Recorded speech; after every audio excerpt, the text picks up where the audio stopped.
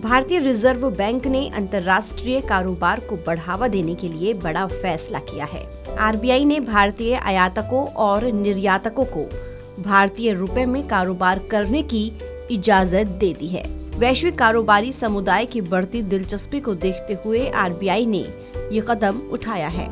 भारतीय reserve bank के इस फैसले से दो महत्वपूर्ण फायदे होंगे।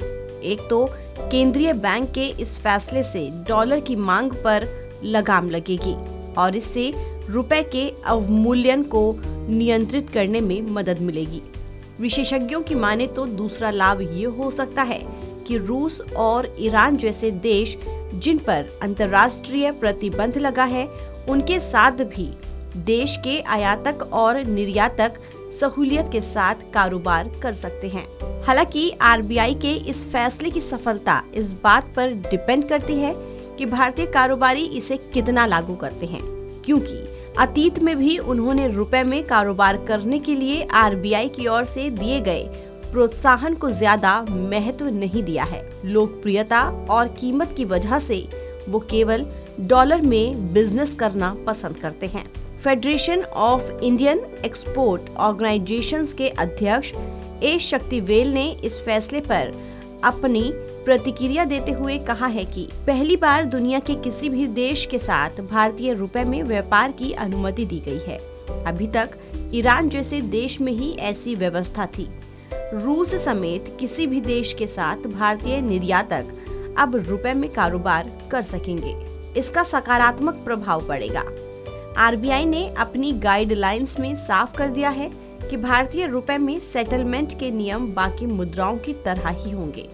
भारतीय निर्यातकों को रुपए के मूल्य वर्ग में प्राप्त चालानों के बदले सामान्य रूप से ऋण लेने की सुविधा भी मिलेगी।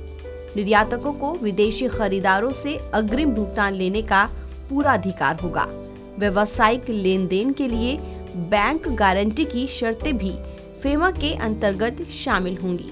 आरबीआई ने कहा है कि ये अधिसूचना तत्काल प्रभाव से लागू होगी और अधिकृत डीलरों को इस संबंध में सभी ग्राहकों को जानकारी उपलब्ध कराने के लिए कहा गया है।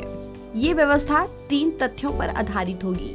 पहला, विदेशी मुद्रा अधिनियम कानून 1999 के तहत जो नियम तय किए गए हैं, उनके मुताबिक सभी तरह के आयातक और निर्यातकों को भारतीय रुपए में इनवॉइस की व्यवस्था देनी होगी।